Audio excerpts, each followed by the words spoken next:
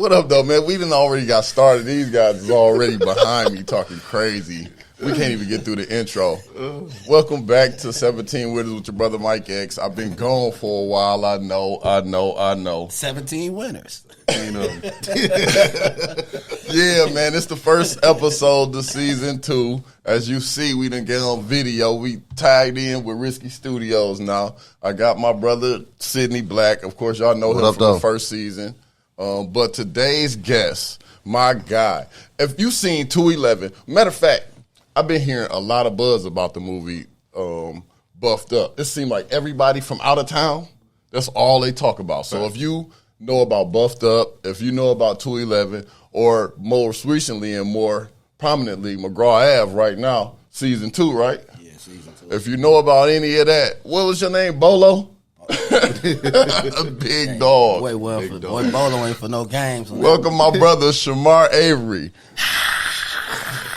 See, yeah, we ain't got the sound effects. Boy, But welcome, my brother Chamar Avery, man. I'm gonna act like I hear it back there though. Yeah, he in here. Yeah. So this is how we customarily do when we start the podcast. I want you to, say what up. Give them your prison number if you can remember it. That's a dead man number, nah. So it's the guy already. Yeah, okay, so what is? All right. Okay, that's real. I mean, hey, that's real. So all right, bust that down. With all due praises to the Most High. Do you even remember the number?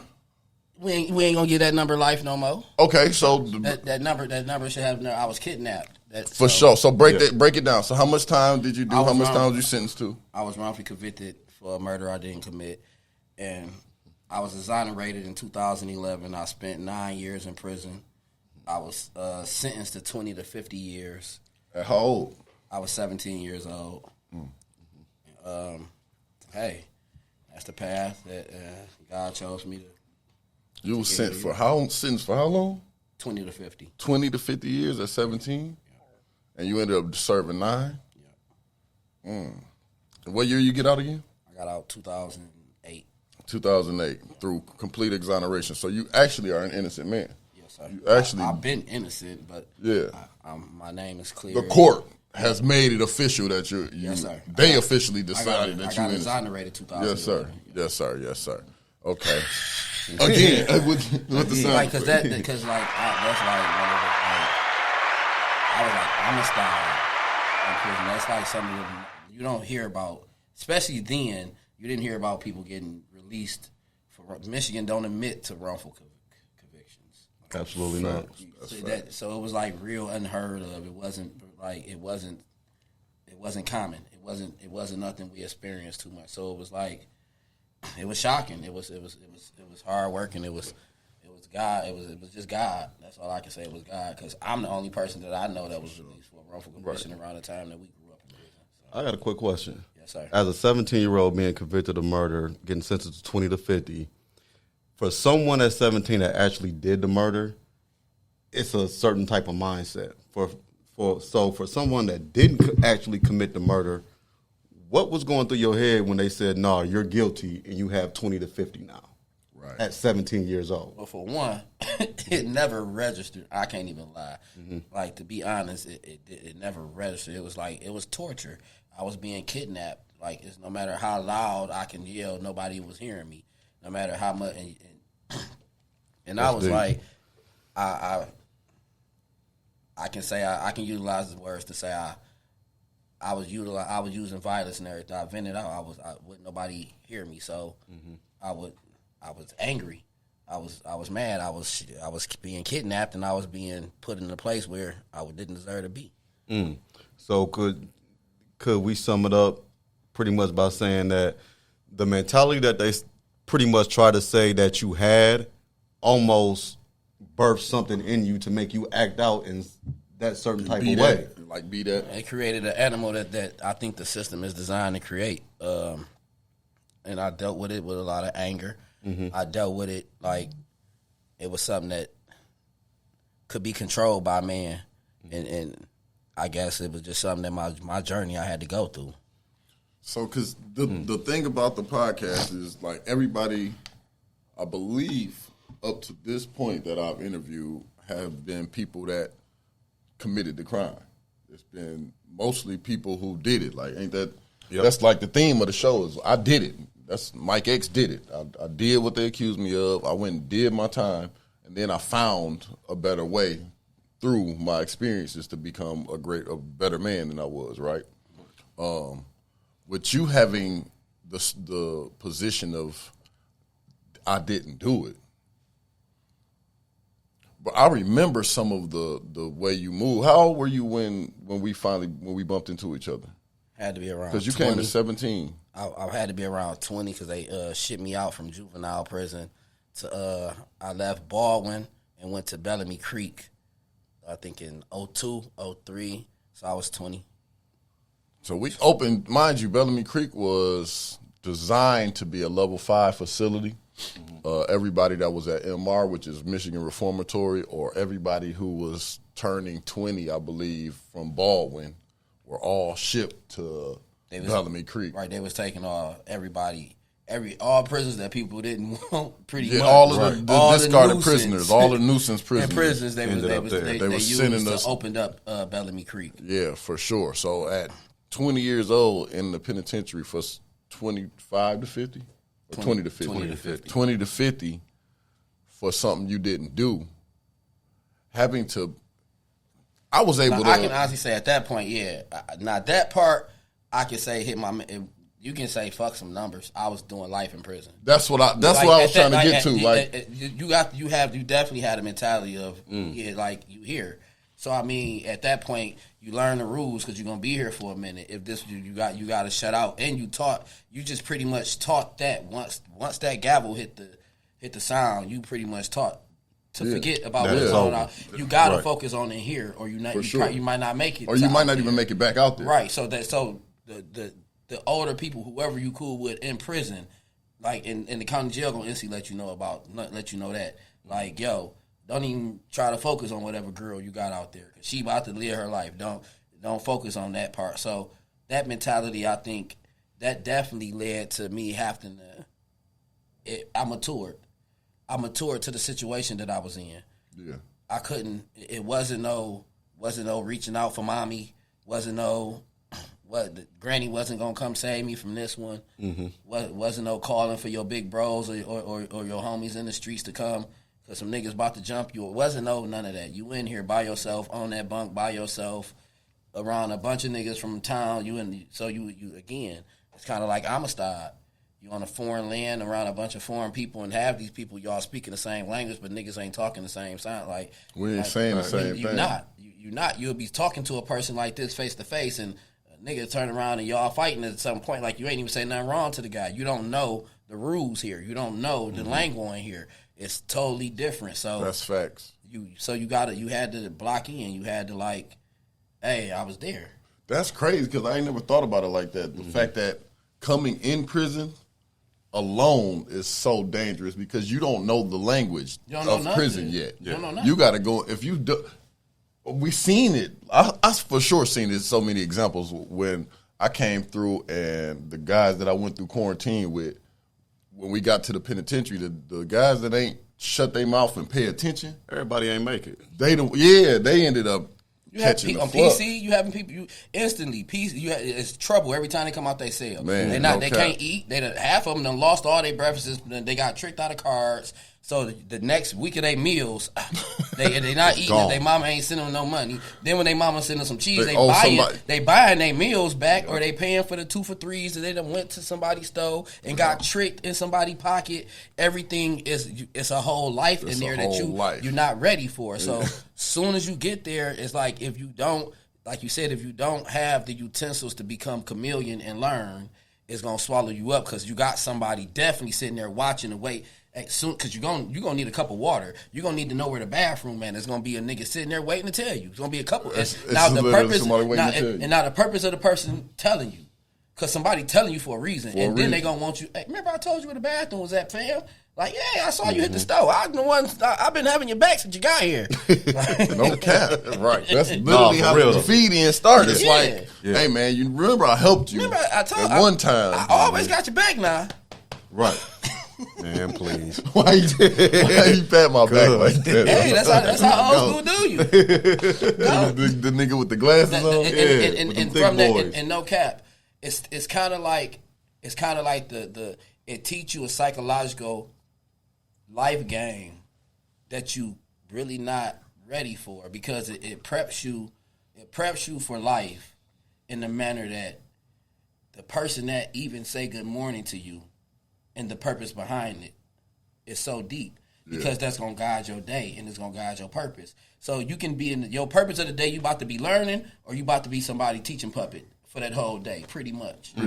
Pretty much. And that was how deep prison was for me, because for one, I didn't do nothing to be there in my mind, and at that point, I had to figure out my purpose. Or my grandmother always installed in me that God would never put more on you than you can bear. So I felt at some point I had a purpose of being there. I damn sure knew it wasn't for what they said I did. I didn't do that. Mm-hmm.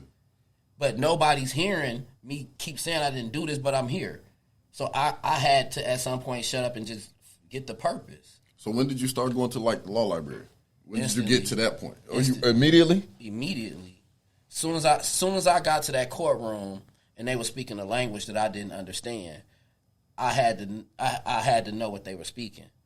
So but that's a whole different level of it, because that's part of, like, I didn't do it because I went to the penitentiary, and for at least 2-3 years I was bullshitting the law library. I wasn't even trying to get out for real. With me, I think that was the difference by the fact that I didn't do nothing to get here. I should have never made it past the detective office. Right. Ever since I came out that office, I told them that man put his hands on me in there and tried to get me to say I did something I didn't do, and nobody never did nothing from that point. So when I found out what they were charging me with, I found out how to fight against that MCL. Because I didn't do nothing to break this Michigan court law. I didn't do nothing to receive this 350, 317. I didn't do nothing to get this murder charge. But I couldn't fight nobody word. I had to fight this charge. So I had to fight the elements that come with this charge. Y'all got to prove these elements. I keep telling y'all this detective lying. So it went from the word of somebody. I'm not in here because I did it. So I had to fight the charge. Yeah. You're not fighting the person's word against you. You're actually fighting the charge. That was the only thing that was going to get me out of prison. When the quote that the kid was in the book, I literally had to go get it from the books, because what got me in prison was the book. Y'all keep saying that I broke this law that I didn't break. So I had to prove that I didn't break this law. And it can't be about y'all believing this white lady that's saying she seen me running from this crime scene. So I can't fight that. Y'all keep believing her. I'm telling y'all I wasn't even in the area. Right. She telling y'all she saw me running away from this crime scene, and y'all believing her because I'm behind these bars. So I had to fight that law. I had to learn law. I had to learn procedure. And so instantly, as soon as I was in the county jail and I learned my charge, as soon as I got that discovery package that the lawyer had to give me, I didn't have nothing else in my cell. I read that motherfucker till I couldn't read it no more. Yes, sir. And then I start asking questions. They're lying. How do I say they lying? By that time, they had already said guilty and sent me to prison, which, again, I was already mentally gone. I was fighting some paperwork that they were still saying that I'm lying, because it was court procedures at that point. So I had to learn process and procedures then. I started filing appeals. I was going through court-appointed attorneys. I started asking my rights. What do I got rights to? How many investigators can I have? With no money, what can my family ask for? What can I have? That's the only thing I had to fight for me. I had to learn how to get money. And I grew up in prison, so I had to learn how to get money. My first business was in prison. Right. Yeah. Absolutely. I think that was my family didn't have no money. My family couldn't even send me the $75 every week for me to order store. They didn't have it. I had a question based upon what you just said and what you said previously. Coming into prison, we pretty much have to learn a new way of living versus how we were living, as far as the politics, what's going on, the wording and everything. How did you get through that, but also focus on what you need to do to get free at the same time? 'Cause that's a lot of stuff to adjust to, especially at 17 years old going in. Right. You know, it's crazy, and it's crazy, because I used to product place, like, I used to find things that was common to me in my regular life in prison. So hustle was easy for me because I hustled as a kid. Mm-hmm. Like, so running a business in prison came simple. Okay. I always loved going to school. It was no different than my stores ran themselves. I went to college. I went to school. That's crazy. Because you was innocent. You didn't commit the crime. So it's not like they got a bad kid off the street. I literally they grabbed a good kid and put a good kid in the penitentiary. And I was just always able to what I was able to do in the streets, I was able to do in prison. I ran an awesome business in prison. Yeah, you were definitely. Yeah, we just sure. was talking about that before we got on camera. This guy was that's a heavy mindset, bro. Yeah, what's crazy was I was a hell of a politician. Like, yeah, for real though, like for real. Because everybody loved you, yo. Like everybody liked you. Everybody messed with you. I told her like it's crazy. I was a little thing running around the yard. You couldn't touch me. Yeah, wasn't no touching me in prison. Seriously. And it was crazy. And it was real respect. It was real love, real like and every like for.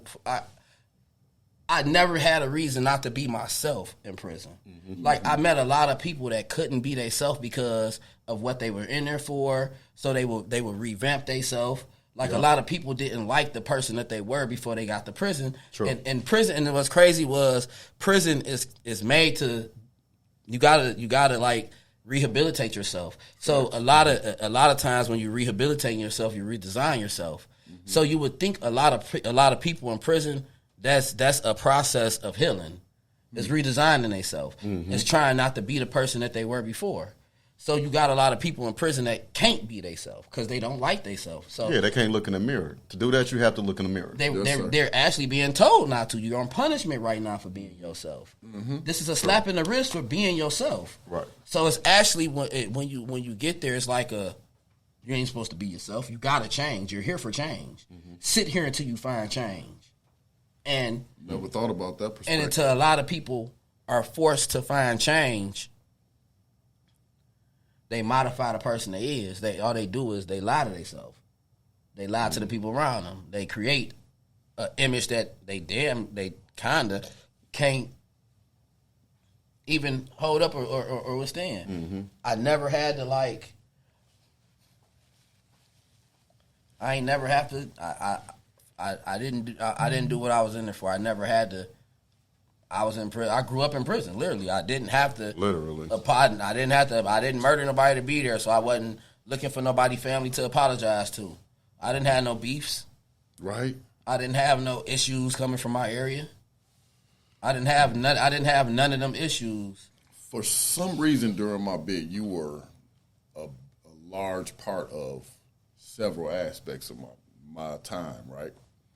And I say that to say, one, I didn't even believe the appeal process was a thing until you walked off the yard. So we're going to get to that in a second. That's a fact. Yeah, for sure. But when he was going through it, I was like, okay, I was trying to get out. He's trying to get out. He's trying to get out. Then when it happened, it's like, oh, it worked. Oh, it worked. Like, because he really did it. Mind you, I ended up going back on appeal and getting myself out of the penitentiary early. But I didn't even take it seriously until I saw you walk off the yard. Then it was like, oh, bro, you supposed to have been in the law library. Why you ain't in the law library? Bro, been in the law library since you met him. Yeah. And then another thing, before we get to that part, because I definitely want to get to the you walking off the yard part. But before we get there, I want to deal with a little bit more of your experience in the penitentiary. Because when I met you, I'll even say more than when I met you. Up until probably when you were getting closer to home, and maybe even more since we've been home and been in contact, I've learned so much more. Because when I met you, I just thought you was one of us. Mm-hmm. As far as like, we all young, I've been in it. You went when you was at 17, I was 18. He was 19. Mm-hmm. So we all grew up in prison. So I just thought you was another nigga growing up in prison.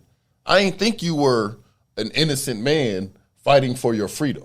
When I met you, you had been in the joint 3-4 years. So you had learned how to jail. And in learning how to jail, nigga, you look like us. You ain't different.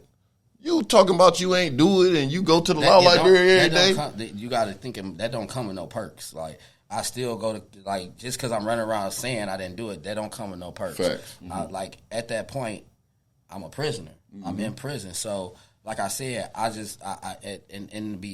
it was all praises due to the Most High, like, because I found a peace of mind where a lot of people lost their mind, and again, I matured. Like, it was somewhat simple for me to run a business, and a successful business throughout prisons. I mean, boy had a couple Foot Lockers worth of Zoom and soaps and Two Faces, and it came with like certain things in my life before prison just was like coincided with prison. Like, I come from a family that didn't have a bunch of food and shit, so honestly, I was eating cook-up. I grew up on cook-ups. I didn't know that till I got to prison, but my family loved putting shit in noodles. Mm-hmm. I've been putting the last shit in the refrigerator in noodles my whole life, so that wasn't a hard adapt to life. And I had bunkies that literally dreaded food because they didn't want prison food in that aspect.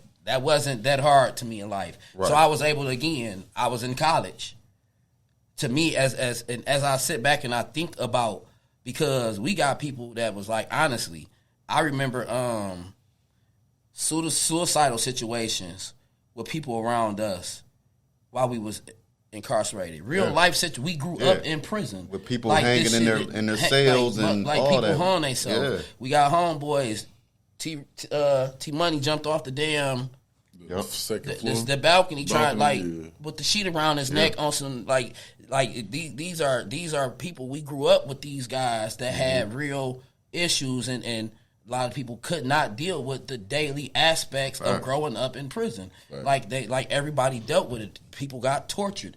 Niggas couldn't just live amongst their peers in a daily way and make it to the next. So it's again, it was God. I can't even say nothing because we come from a place where, this state was not acknowledging like wrongful convictions. Like, I still and I pray about them every day. I still got a person that was on the same case with me serving life in prison. Yeah. To this day, Rico's still in prison serving life. That's somebody I know he did not commit the crime. We was on the same case. Right. It was 3 of us. Like, I'm the only person that got exonerated because I went and took it to that step. These guys went and they accepted it. And it's easy to accept prison. Damn, I was just thinking that, bro. Like, it's easy to accept it. They pay your bills, they feed you. You ain't got no responsibilities in prison. None whatsoever. None. You write people and say, all right, pray for me. That's the most responsibility you got in prison. Pray for me. I pray for you.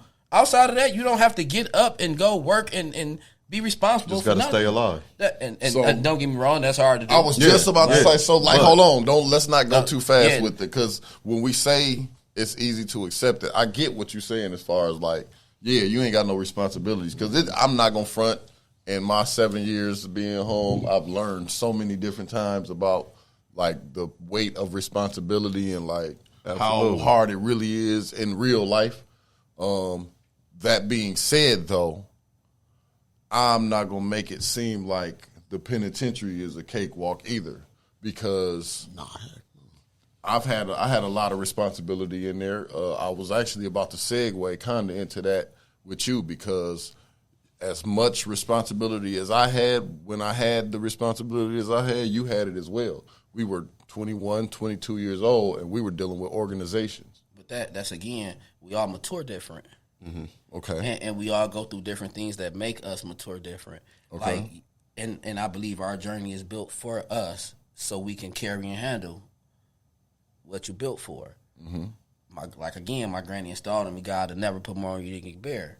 There's a reason you got 1 billion brothers on your back that you can carry. Everybody not. Everybody not built for brotherhoods. Everybody not built to be a brother.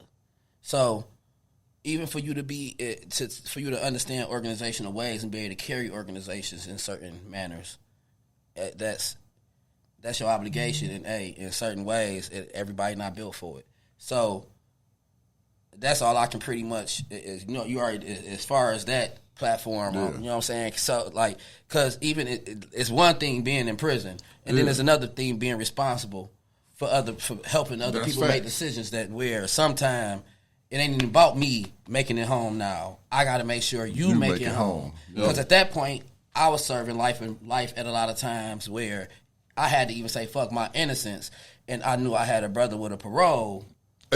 Exactly. And I still got to take a chance where, I got to see you. You go home next. Because you're going home for sure. Next you got month. Your paperwork. Right now, my name still say 20 years. We in here. I'm still signed. But then the other thing about making it being easy to be in prison, though, I believe has a lot to do with our psychological connection with prison. I mean, with slavery.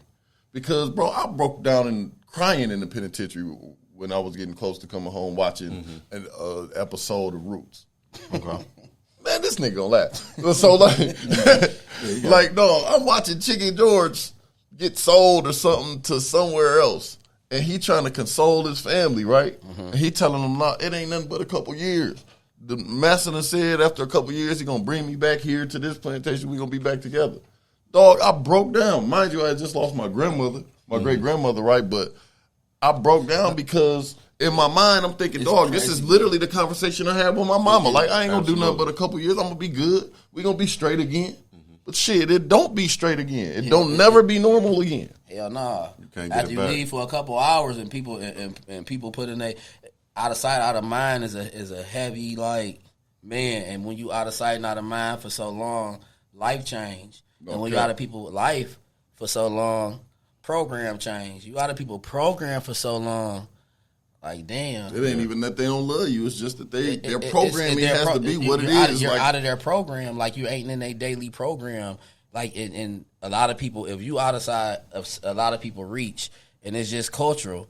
Like we're only trained to be attentive to something in our sight for so long. Yep. Once you lose interest in it, you'll grow outside of. You'll find you something else that apparently fills the voids in the box that it did. So I mean, it's kind of natural after being out of, especially like for us, we got locked up as kids. So definitely by the time a couple of years, your friends done got more friends. Your people moved on. All you pretty much have is a parent that kind of if we had some of those. I was told that people hold you down or people stay connected to you while you're in prison as much as they valued you in their life, in their everyday life. I can't say that. No, I don't agree with that. I can't say that because you got a lot of people that never experienced what you're experiencing, and you can't make them like. And a lot of time, and a main thing that we gotta say here, like you said in the first place, a lot of people are there for things that they did. So I wouldn't even honestly, after me experiencing that and me being an adult now, if I did something, I would not even ask to me to carry that journey. Like I wouldn't send nobody through that. I wouldn't even really want you to stop doing what you're doing and come visit me there. I'm apparently, like I said, I'm here to learn from what I was doing. I'm here to pick up a new resume of whatever. Even if you want to stick to your program, you got to do it something different, or you're gonna end up keep taking times out. True.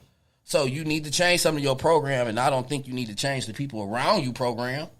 You there on punishment for a minute. Change your program. Fix whatever you got going on, and that ain't making people. That's not forcing people around you to fit to your program as you sit on punishment. Right. So I don't think you should put that on a person. A person can love the hell out you, but they ain't got to go through prison system. Absolutely. That makes sense. They'll be there when you get out. To me, and at that point, real relationships don't die off. You cannot see a person for 100 years. When you get back with them, that true root, that tree root still gonna be gonna be there. Y'all leave still gonna share the same roots. Y'all gonna, you know what I'm saying? So it's gonna be like nothing was lost. Y'all pick back up on life. You wish them the best on their journey as they went the path that they went, and apparently because they made the decisions to go left or right, as you made the decisions to go left or right, and you just had to sit down for a minute. Like you'll get back to the people that make proper decisions as you get for back. Sure. But right now you gotta rehabilitate. True fact. Hey, so I want to take a second and kind of lighten it up, right? Because I want to tap back into your business acumen, right? But in tapping into your business acumen, you had, I'm going to list 3 business, 4. So, all right, these are the businesses that I remember Marday to have. Okay, so he had, he was a loan shark. Why you got to bird it like that? I mean, come on. That's not like that. So no, he wasn't a law. He was a financial institution. No. He was DraftKings before DraftKings. There you go. I was a financial advisor. There you go. I was a financial advisor. He was a financial institution. Yep. He was also a brick and mortar store. Yeah. A brick and mortar store. You could go to him and get goods and for wholesale or whichever way you want. Absolutely. So we got the gambling, we got the DraftKings as the not gambling in casinos. So wait a minute. So it was a financial institution, and then it was the casinos, and then it was the brick and mortar. Yep. And then he was like, "What was that? What would we consider the other, like Pornhub? What would we call it? He was a. What do you call that? Because he was kind of pimping. He was a porn distributor. A distributor. Yeah, I definitely was a porn distributor. I get that. Wait a minute, because the OnlyFans girls, they call it content creator. You know what? It was an entertainment distributor. Adult entertainment. I was into the adult entertainment. He was into the adult entertainment distribution. So now my listeners, my watchers are not familiar with how you could be servicing such content up under these extreme circumstances. What you mean how? Because what content are we talking about? How did that business work? Give us the business model. Okay, you had the free books. What? You had the free. You had the triple X books, the books, and then we had access to audio tapes. Mm-hmm. So I would rent out the book at a certain price with the audio tape, and I just was an awesome salesman because it was sounds on the audio tape that sometimes sounded like an Asian girl that you can buy with the Asian people. Yes. Then you had the audio tapes that sounded like the black girls that you can buy with the black people. And you and then you had people that were in here for years and years that haven't had physical contact in a lot of years. So these books, along with the audio, were an awesome sale. And I gave awesome deals. You can rent these girls at hours at a time. You can rent these girls for 10, 15 minutes at a time, sir. You can get the girls by themselves. You can get the audio by itself. You might have some girls at the crib that you just want to take the audio and hang with. Y'all can have your own little. You see how this business goes? And then you might need some fiddles and stuff because I know what I read. If you playing with the girls too much, you're going to get dehydrated. Now we all have our brothers over here. We have store goods, and because they gave us vending machines. Remember they gave us the cards to the vending machines? Damn, I forgot about the vending machine cards. So you can go, we got the sodas. You can go pop you a couple sodas out. You're going to be thirsty when you're done with the girls. When you're done with the girl. Hey, you be in the joint. And then we were so young. This guy came from Baldwin, right? So they was like the porn connoisseurs coming from Baldwin. But he was cold with it. Have you seen this nigga Instagram? Yes. Yes. Now see, they just come to you on Instagram. and then once I seen Instagram pay you for this, like Instagram is gonna pay me for sharing my hoes with you guys. Because they're mine. Once they walk up on my page, I'm gonna talk to them, give them the eyeballs. That eyeball right there. And now they on my Instagram. So what's your Instagram, bro? Chamar Avery, Mr. Hollywood. Chamar Avery, Mr. Hollywood. Mr. Hollywood. If you go follow this guy's Instagram, just go check him out. Buns, more buns, and fun. It looked like a nigga that's been in the penitentiary. For real? I gotta change that. It looked like a penitentiary Instagram. I ain't know that. I swear to God, I'm scrolling. I say, man, my dog be knowing all the hoes. Like, that's how I be in the penitentiary. You be knowing all of the freaks. Hey, they be fought. I swear, sometimes that's what I'm gonna have to start adding to the show, man. I'm gonna have to start bringing some of our faves from the back in the days, from the porn days. See if I can get some of them interviews, man. See if I can get some of our faves. You don't want none of those. Yeah, they threw those gone. They threw they out of Pinky there. got Pinky, swole I just put eyeballs on Pinky. But Cherokee lit still. Cherokee's still in the top percentile. But Pinky ain't. And I wasn't never into them light skin things like that for real anyway. Pinky up there though. Pinky's still topic. She's still a topic. She's still topic. The crazy part, if you see her, she's still topic. Topic. Yeah. She's still topic. Yeah. Where's Superhead at?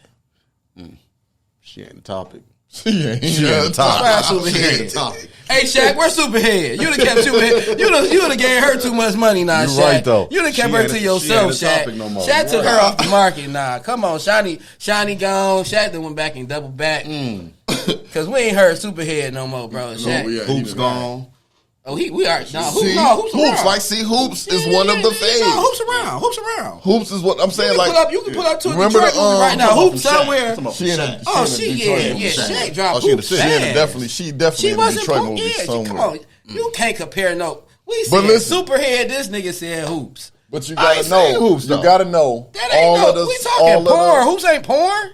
To me, she was. What is them things? Hoops. To me, Hoops wasn't porn. You can't tell me that. Now all of the reality TV chicks is about the same though. No, we used to love them. We loved them, but that's not porn. I'm talking about that's like pulling okay. up That's at like 8 now. o'clock when it Okay, come on, when Love and Hip Hop come on. Let's not get it twisted. That's like an OnlyFans girl. She's a reality girl now. Okay, that's not a porn girl. True. You can't get her mixed up with it. You can't go talk to just the OnlyFans girl like she porn. That don't make her porn because she's showing herself. That's true. That don't make her porn. That's true. Not because Hoops is she not a porn.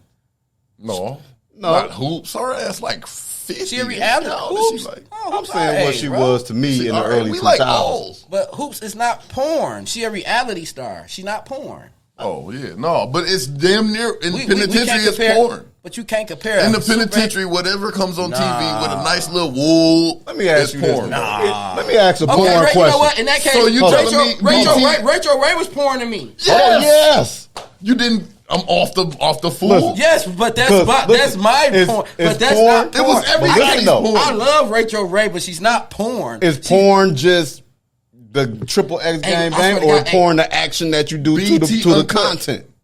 Oh, no, what you do to the porn content? action with the content? Now y'all just slow. What do you mean? That's self. Man, listen.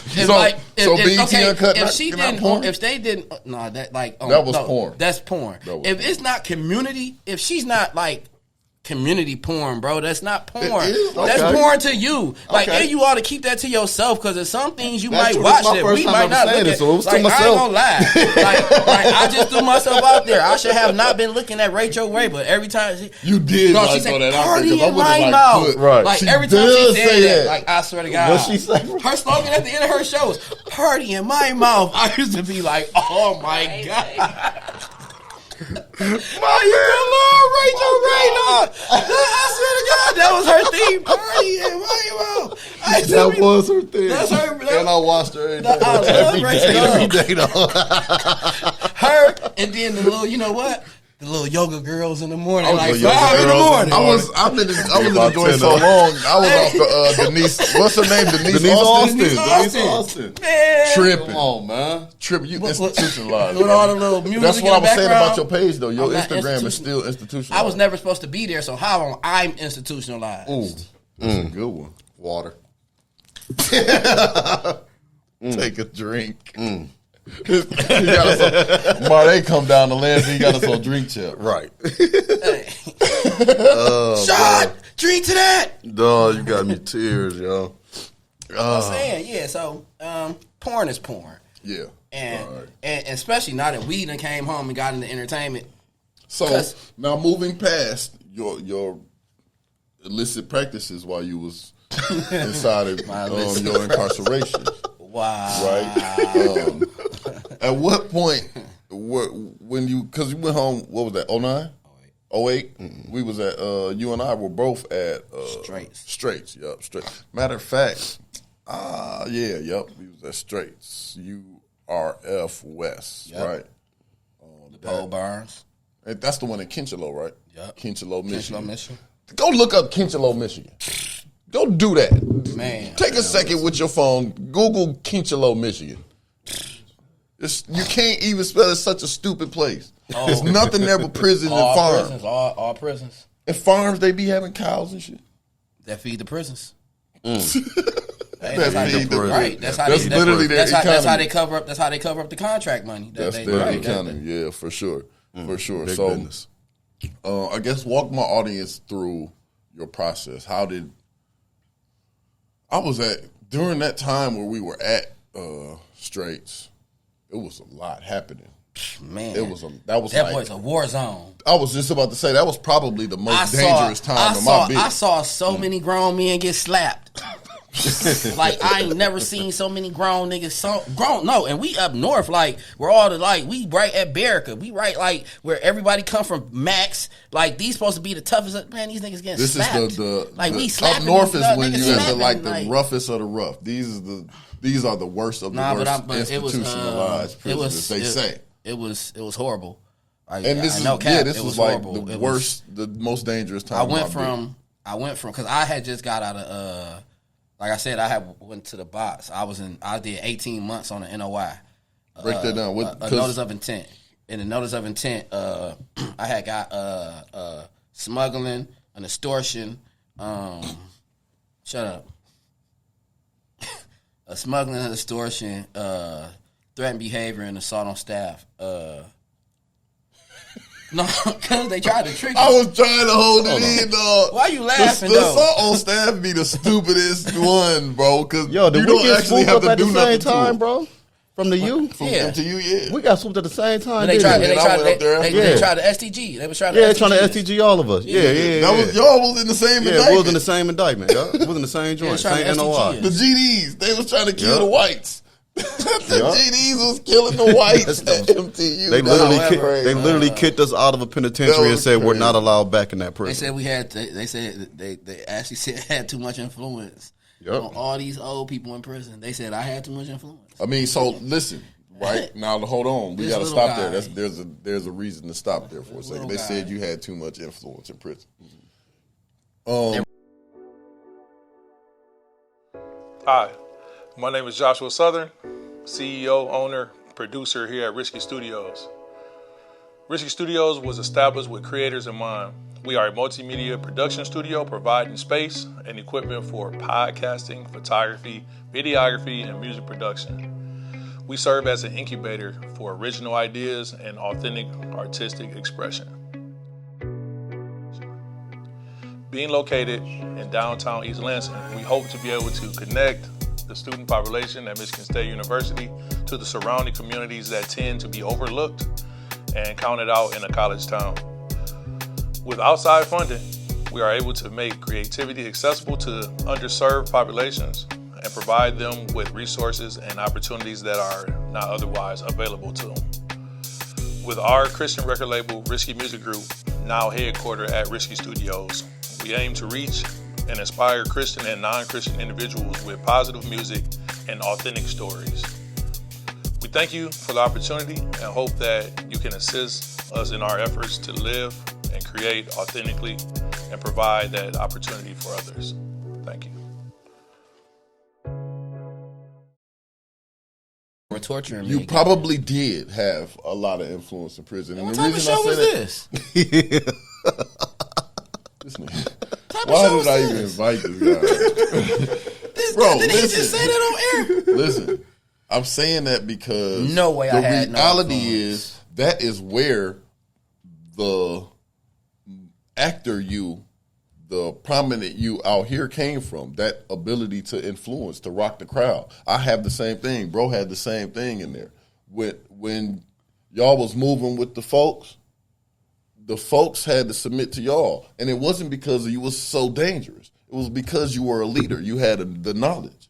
You had the knowledge to be able to, and the mild mind. Now, this is why I say, because I put me at a college, I would have did the same thing with a fraternity. That's exactly the point.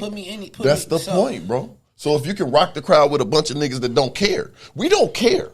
We don't give a fuck about how hard you think you is. We don't give a fuck about how much time you, because I got to do the same amount of time too. So none of that mattered. Yeah. And I'm still willing to say, but I think bro is the one that I'm going to follow on this yard. Right. I ran yards for 8-9 years in the penitentiary. So I know what the influence of being able to have 150 niggas who kill niggas. 150 niggas who will come out here to the yard and really pop off. Will really put blood on the ground about what you say. I understand the power in being able to do that. So yeah, it may not seem like you was influencing nothing at the time, because mind you, we was just being us. But the reality is, bro, imagine if you would have just told the folks, hey man, we finna blow this bitch up today. that's why I'm again.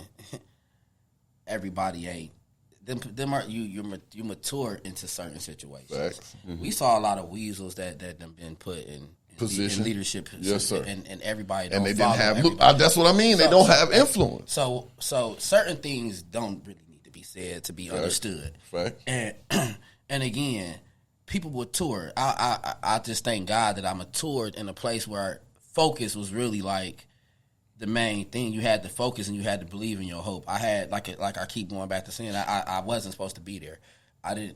My main thing was to get home. So everybody that I even touched, my main thing was definitely for y'all to get home, but was for me to get home as well. Right. So regardless what we all had to do to our obligation, but we had to get home by all means. So even if we had to go out there and I negotiate, I don't care, because sometimes I paid nice amount of money to negotiate situations. Absolutely. At the end of the day, when me and you were in our positions that we were in to guide the folks and the organization and everything, we did it. Well, I can only speak for myself, but I'm assuming you did too. We did it based upon community building, the desire to do better, growth better, and development, keeping everybody together mentally. Like, nah, you ain't going. We ain't handling that way. We ain't going this way. We ain't doing that. You know what I'm saying? I don't. Because another pivotal part of my bid was with you again, like we was talking about earlier. When I went to join the Nation of Islam, probably the strongest resistance I received was from you. He was a traitor. He was a traitor. I literally hate this little dude, dog. And at that moment, no, for real. And again, due to like growing up in prison and respecting certain developments coming from friendships and because of certain points, you instantly a brother to somebody that you share an organization with. As soon as you meet them, whether you know them or not, but as you know them, you gain friendships, real brotherhood, and you gain reasons to see the other develop properly. Other than that, and that comes with again maturity, because you got to properly again want something for yourself. I didn't want to be there. I didn't want nobody that I met to be there. The nation wanted people to be there. You was going to be no cap. That wanted people to be there. Listen, the brother's not wrong, because there was a certain level of the Nation of Islam in the penitentiary. And I ain't gonna say it was just the nation. No lie. Like at certain, people don't.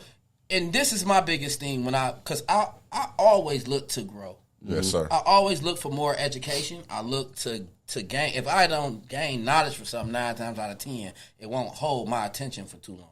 Right. So if I instantly see something that's telling me, it gives me a cap of how smart I can be, I don't even want to be a part of that. That kind of throw me you kind of threw me off before you kind of got me attracted to it. Mm-hmm. For you to already tell me, you can only be this smart, nigga. After this smart, we don't want to be around you. Well, I got too many questions coming in the door. For sure.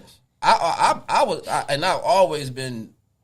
I asked too many questions. I came in prison asking a lot of questions and just like I asked questions. I ain't gonna just. I never been the type to just. I can't take leadership or take guidance from just anywhere or anybody. I don't even listen to the rule book too much. I want to know who set and agreed to these rules. Who put the rules together? Why, how, and why is this thing. going right? Because if this not equal to the facility plus to us, where the balance in this at? Oh, this about to be a war at hand. And what side I'm going to be on? Right. Facts. That's one thing for sure I have to give you the credit for, because your resistance to me joining the nation was in large part what made me want to do it right. Because you was on the, nigga, don't go over there and be one of these niggas flunkies. Like, don't go over there and be with them and then you have to be at war with us and you don't know what side you picking, nigga. If you going, you better be going over there for growth and development, like you say.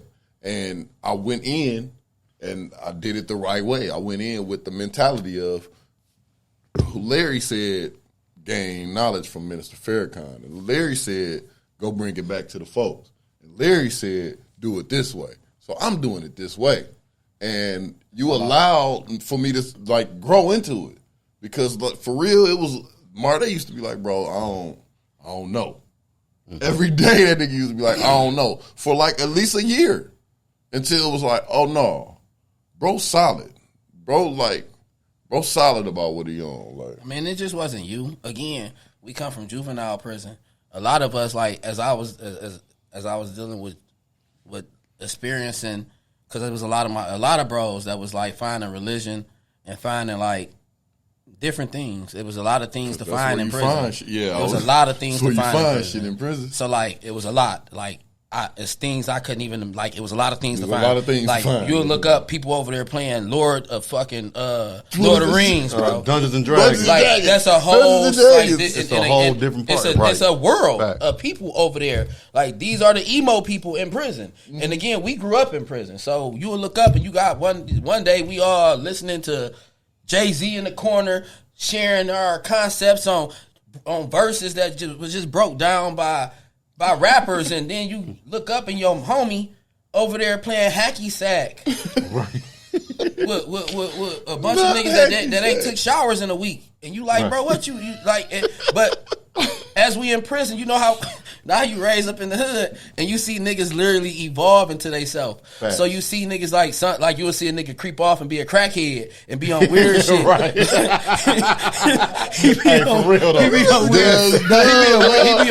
shit, like dog. Like he be on real weird shit. For real. They be weirdos, like, and niggas, and so it like you'll be like, I had you dealing with the nation, then you got these strong black brothers that the Melanics done took advantage of, and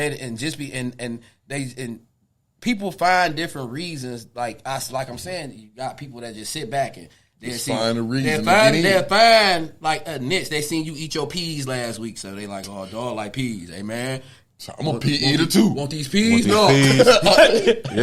real peas, bro. Like, you want these peas? You never know what type of friends you'll find on peas, bro. Peas 4 times, and that will be your friend. And I swear, that's the unk. That's crazy. Unc. And now shit, Unc got you. You just didn't know. Unc see you with hot chips in your bag all the time. Now Unc at the table. Unc ain't had hot chips, and ain't nobody said Unc can't even digest hot chips in years. Unc don't get no money or nothing, but Unc done tricked you out these peas for your hot chips. Now you got a new family member in the joint. Nobody talked to Unc stinking ass for years, but Unc a whole rat with these peas. Unc a whole rat and you on the start yard. Finding that out, and you start and you start finding Unc that a whole hoe out here, and you don't know this yet until one of your homies, until I let you go play for a year, and then you gonna figure out what's real. You'll be back. Yeah, for sure. After so long, he came back.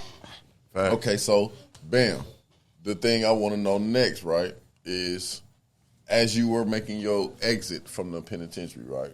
Because the way I remember it, I wasn't even like on the yard at the time, but the way I remember it is like the police came. I mean, not the police, like, well, yeah, we called them bitches the police, the COs, came on the yard looking for you on the, where is Chamar Avery? We need to find him. He need to be released right now. Like, he went back to court, and they said he need to be going home right now, and they came and got you. Like, that's how y'all saw it. That's how we saw it. Like, how it happened. That's how we saw it. We on the, like, they just walked Moss out. Like, what you mean they just walked Moss out? Perspective be so like, crazy. He just walked off the yard. Like, they just, like a helicopter just pulled up. Like, it was like that. I hid. That's why the helicopter pulled up, because I ran and hid. Remember that? Because how they got us at the U. That's the same. Like, they called us out the child hall and called me to the cell. Like, they want you on the medical run. They didn't tell me that they just wanted to, like, let me go. I hid. Like, they ain't about to lock me up again. I thought they were about to give me another NOI. I ain't think they was about to release me. I hid. I don't know how I hid in prison, but I hid. So they went to looking for you. Yeah. I hid. I went and took a shower. Yeah, because that's literally the only place they don't go. Is to look for you. Swear to God, I went and took a shower. I swear. I was in the shower for like an hour. Right. And they came and told me the ADW ward. Jacking off and everything. But I just was not about to go back. I was whatever. In the shower. I was dying in that. Man. No, I was getting everything situated. Yeah, right. I thought I was going. Honestly, I thought I was going back to low 5. I thought I was about to get it in the Y again. So I was. Why you think that? Huh? Why you think that? Because they did the same process. No, why you think that? Because they did the same process. No, why you think Hey, what type of show is this? What is he trying to corner me into? He talking about he thought they was gonna come with another NOI. Hold on, nigga, they don't just do it. That's not how that works, bro. That is how that works. That's not how that works. At this point, I can be honest and acknowledge that I would have to sit in the yard rumbling. They're using influence words like that. They're saying they're influencing people by saying I'm the influencer. Yes, sir. And I ain't influencing shit. I'm just here in prison making sure y'all treat my people right. Making sure y'all treat who is Facts. That's all I was doing. Malcolm X tip. I'm just making sure y'all treat my people right. And I keep telling y'all I ain't supposed to be here. I ain't supposed to be here. So y'all dealing with this problem of me for no reason. Just let me go home and y'all won't have to deal with me no more. But there is but what you ain't gonna do is tell me this little innocent guy from Southwest Detroit is in this institution influencing all these weird people. Right. You're not gonna trick me. Y'all just trying to find a way to put me somewhere where I can't talk to nobody no more. And that's what they was trying to do. They was trying to take away more of my rights. They was trying to put me in a level 6 somewhere where I can never be seen by nobody again because I was yelling, I was telling the truth. Y'all kidnapping me.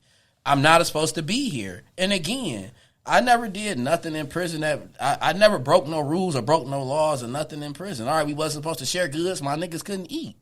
I got more store goods than I can eat myself. Think I'm not gonna throw this stuff in my brother's rooms and let niggas eat and people want stuff. Where they gonna go? So we can only go and put storeless in on certain days. There is no everyday store, so I gave people what they needed every day. You can get Zoom Zooms and Wham Whams every day, even when your mom and dad don't have the money. We got the resources. Facts. We got the resources. You see how you talking, bro?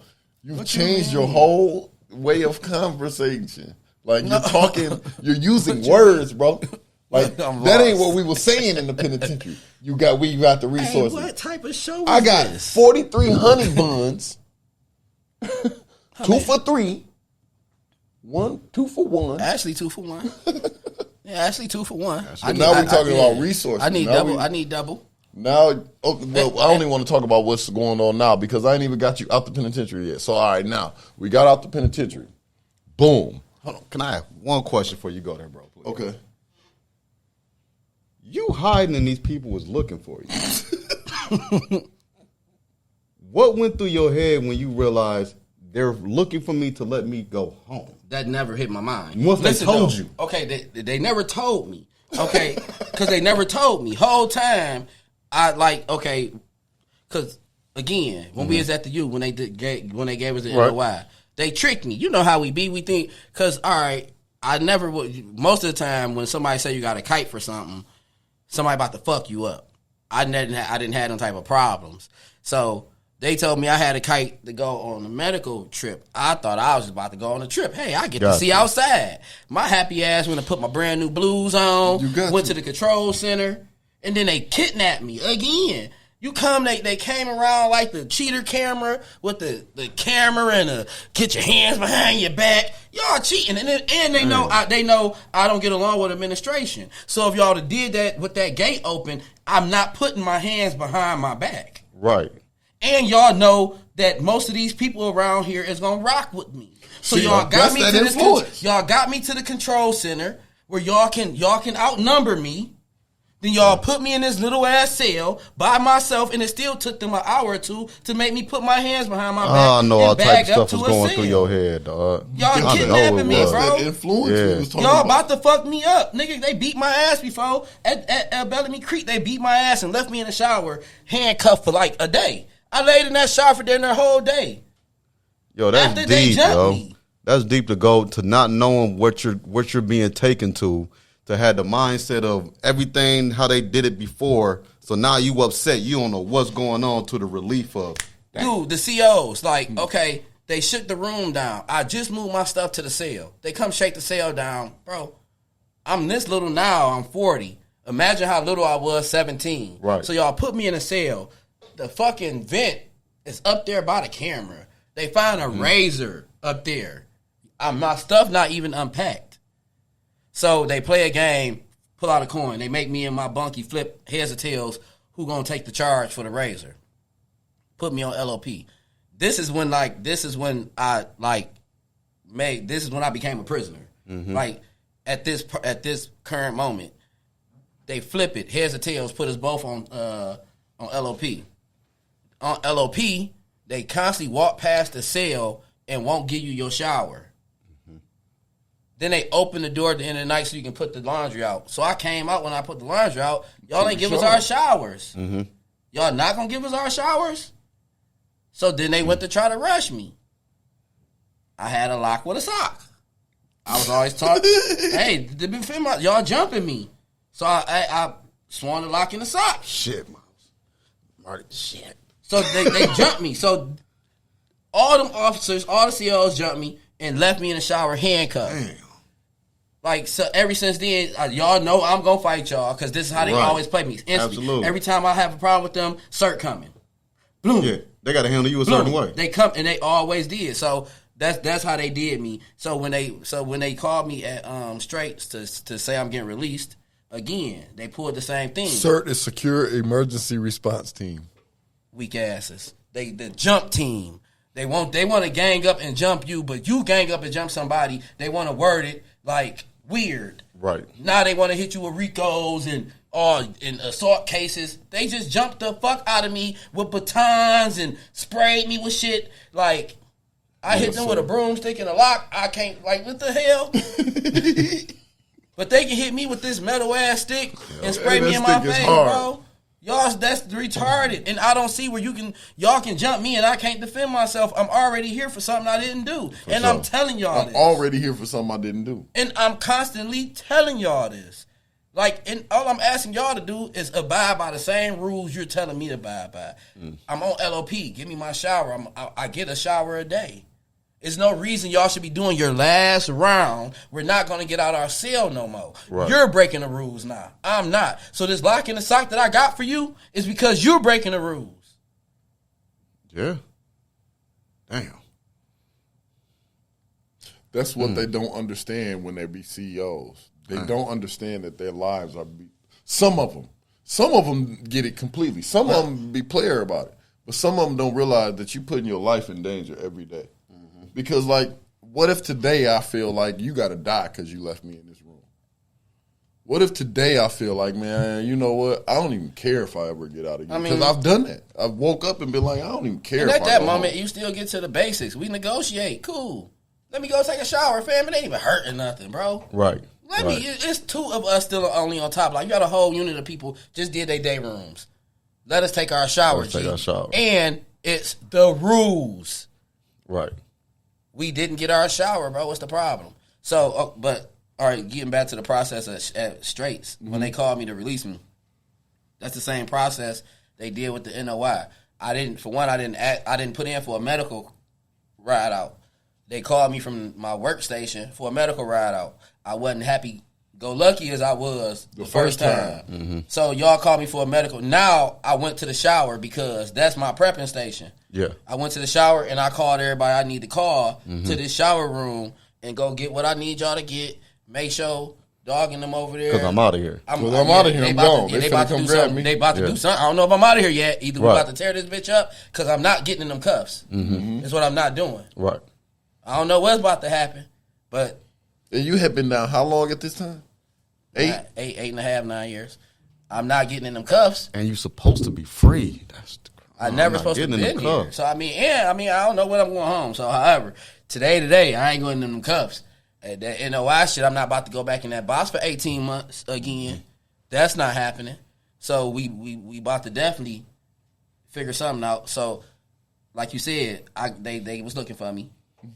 Because I remember that part. They was looking for you on the yard. And when the CO had came and they was had told me, like, because I was still packing my shit. When I got out the shower, went to my little cubicle, I had a Cadillac bunk. I was sitting right there by my little single bunk because it was, like I said, we was in the cubes. Yep. Every other bunk, but my bunk was double bunk. Yep. So I was sitting there telling everybody, like, all right, hey, y'all keep what do what we do. This officers, which I was stalling time. The officer had to explain. The officer explained to me, like, yo, the ADW warden want to talk to you because they pretty much saw what I was doing. I wasn't about to go with them. Right.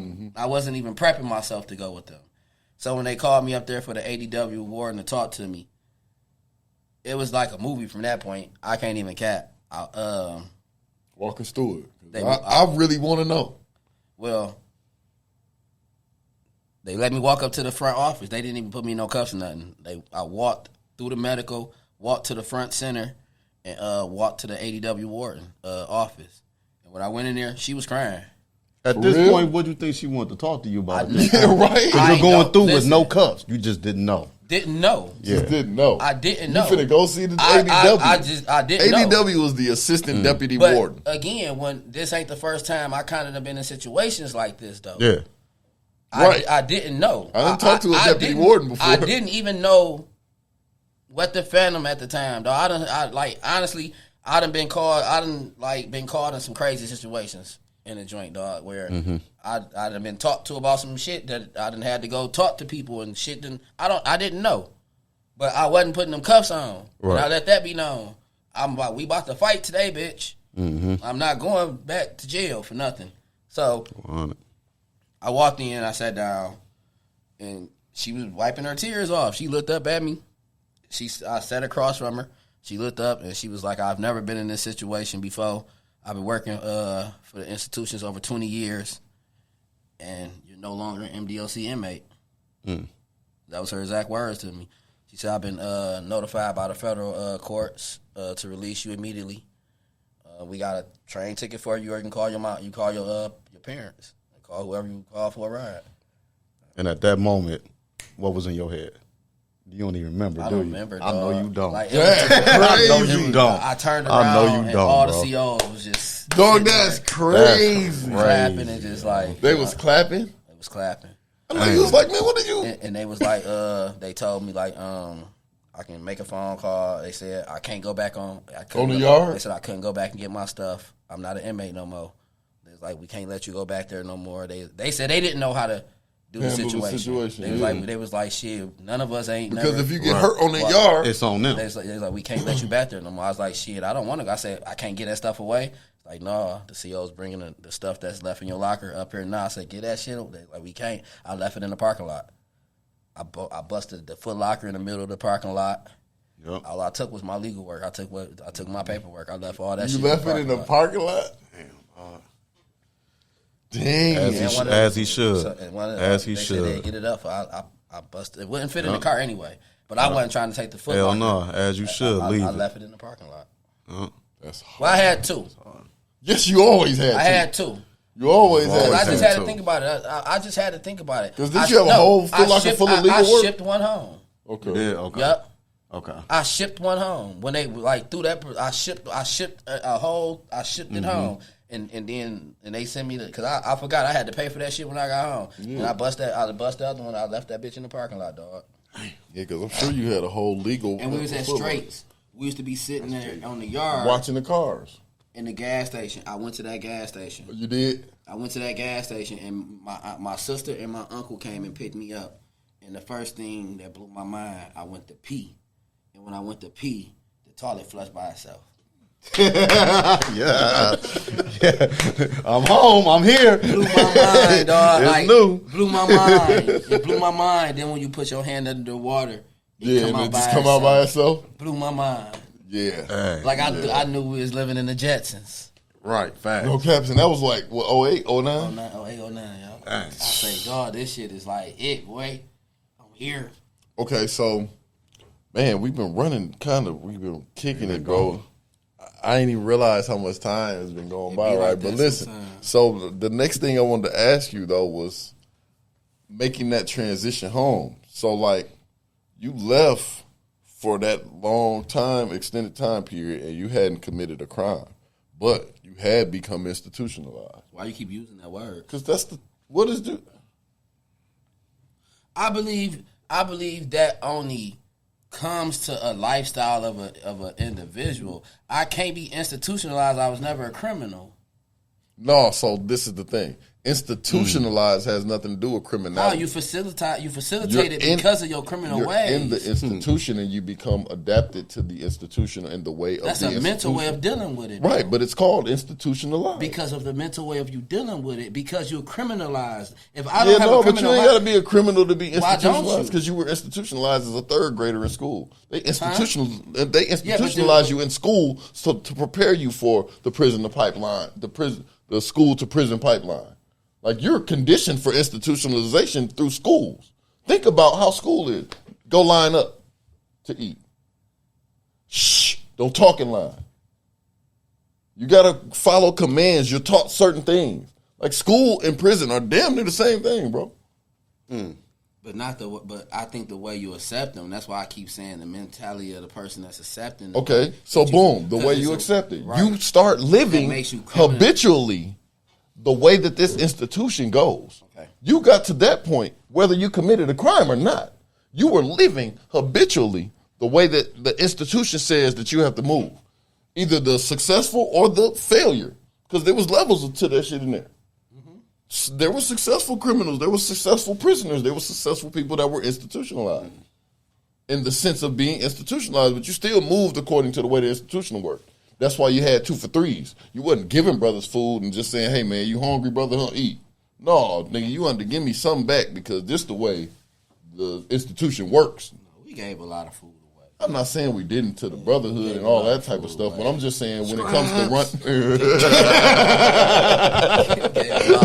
you gonna throw that out there? Saying scraps.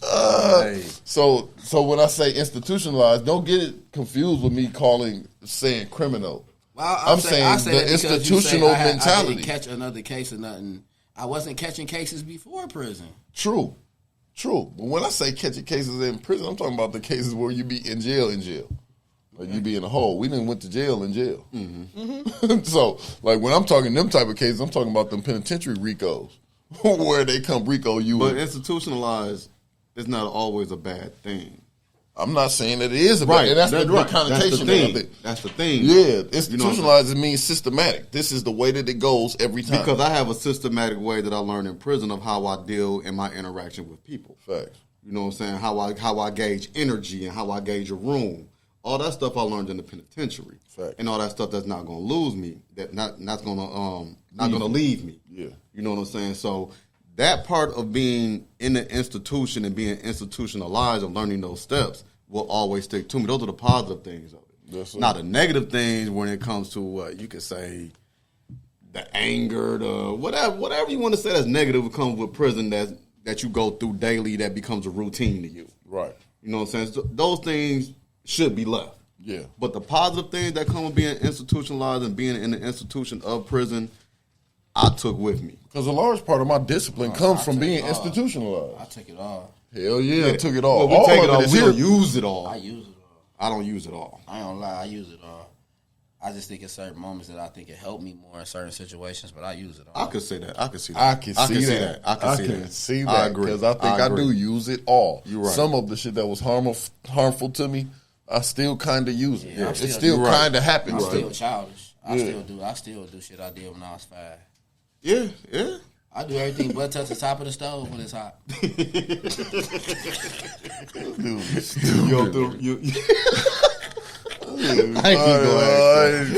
So listen, bro.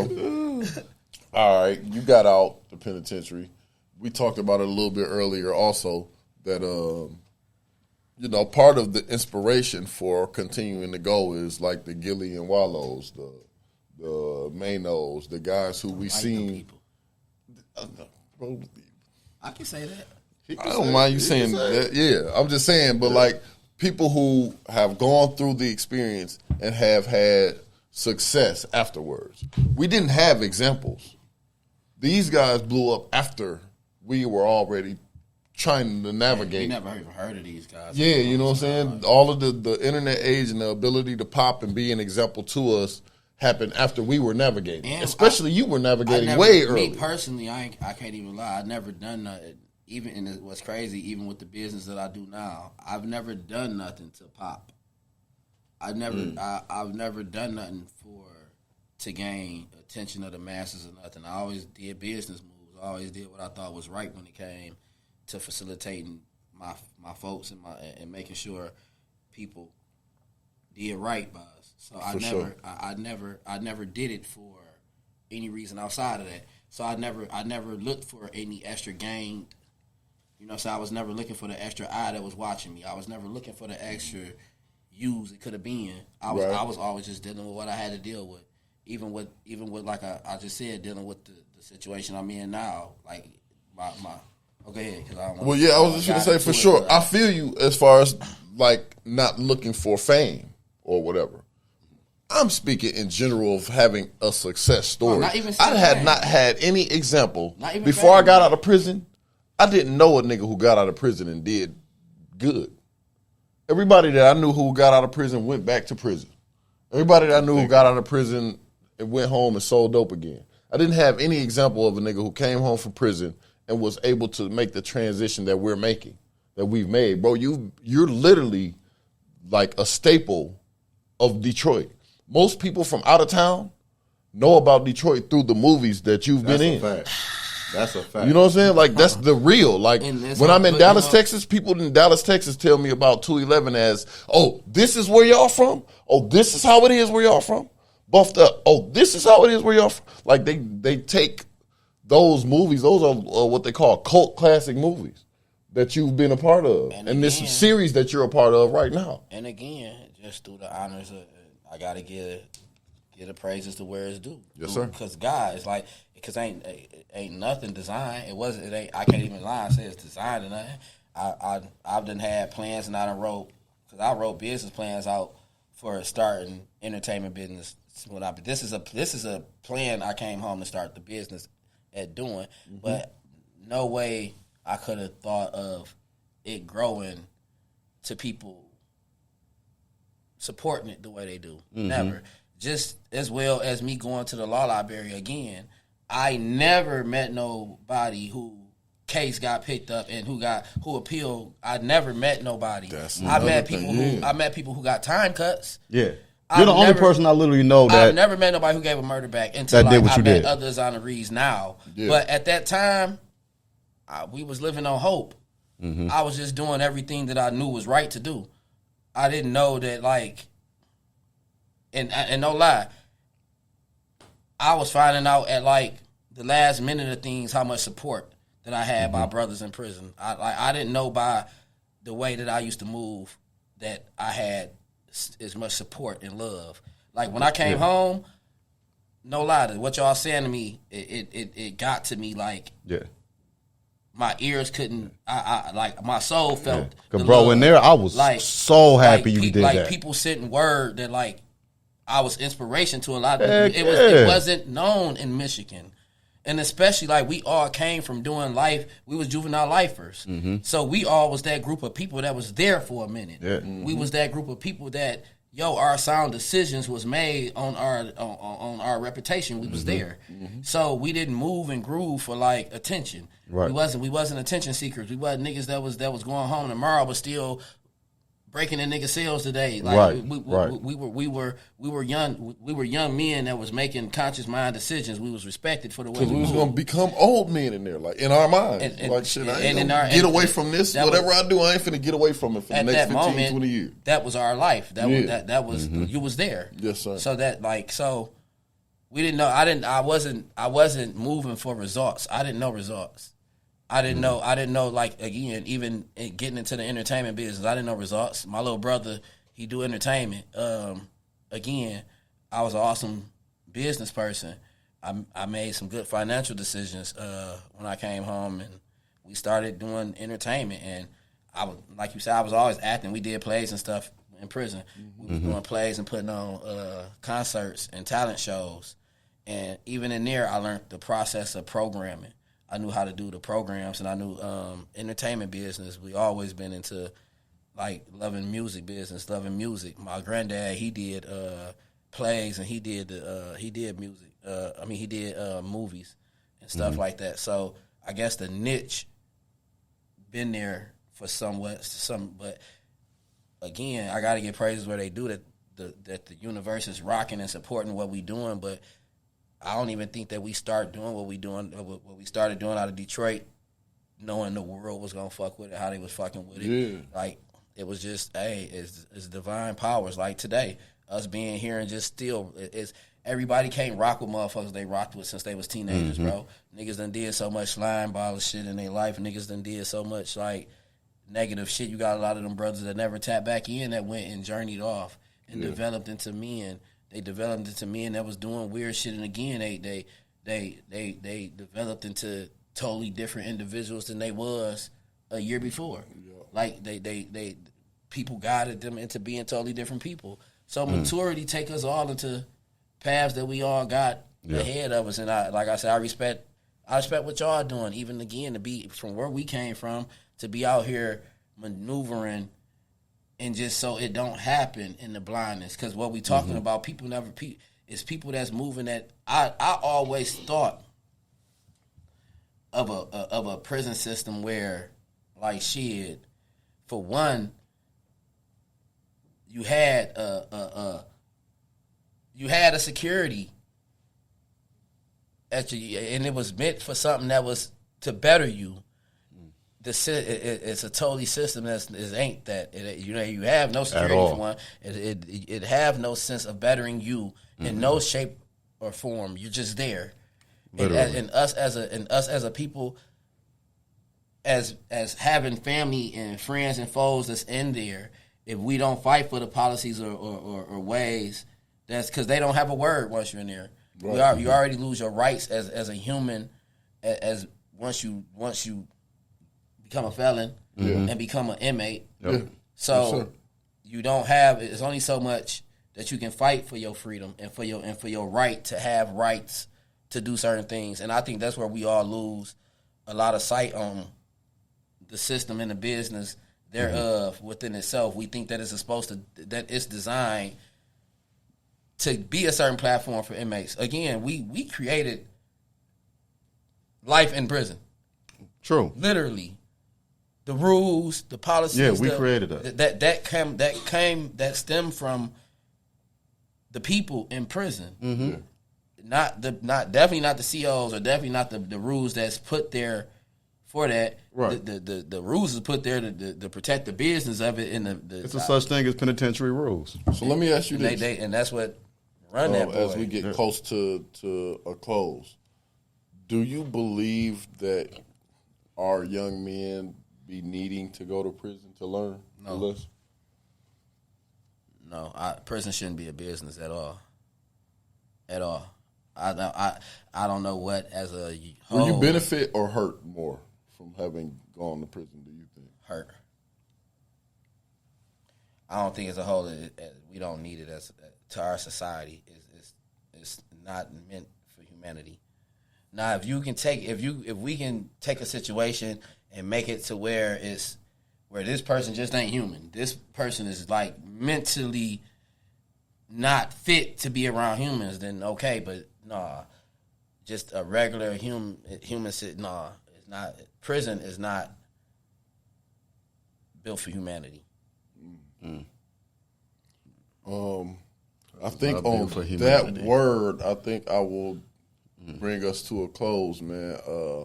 Bro, I appreciate you coming down here all the way from the city. Talk to them, give them a little bit of information when to catch the show, where to catch it at, what app they got to download or got to have on their TV or whatever to catch the show. You got to have that Vimeo for right now. But you got that McGraw Ave Season 2 out right now. It's on Vimeo. It will be on all streaming platforms eventually. But we on season, what we on, like episode 4? We only got two more weeks. That ain't nothing. Y'all can rock with us. Ain't nothing but $2 more $5. For sure. 2 more $5s. That ain't nothing. But then we gonna be on Prime and Tubi. And we got that Christmas joint we just dropped. Oh yeah, I forgot about that. I ain't had a chance to sit down and watch that. Yeah. About that what's the name of it? Yeah, tell them the name of that one. Christmas. What is it? The shit. You gotta look it up. I ain't gonna even. Yeah, I just seen it. It's on Tubi, ain't it? Yeah, it's on Tubi. I just seen it on Tubi. I said, bro, them just dropped the Christmas joint. I gotta check this out. It's a holiday movie. I got so many titles. We got like 4 projects that we releasing right now. Okay, yes, for sure. We got, my listeners got to tune in. We got the twist offs of the web series. We got a couple more films we doing. I got an independent comedy I'm working on. We got a lot of projects, man. Oh yeah, because I forgot you was telling me about the comedy thing. Motion in motion. Oh yeah. Oh, yeah. Yeah.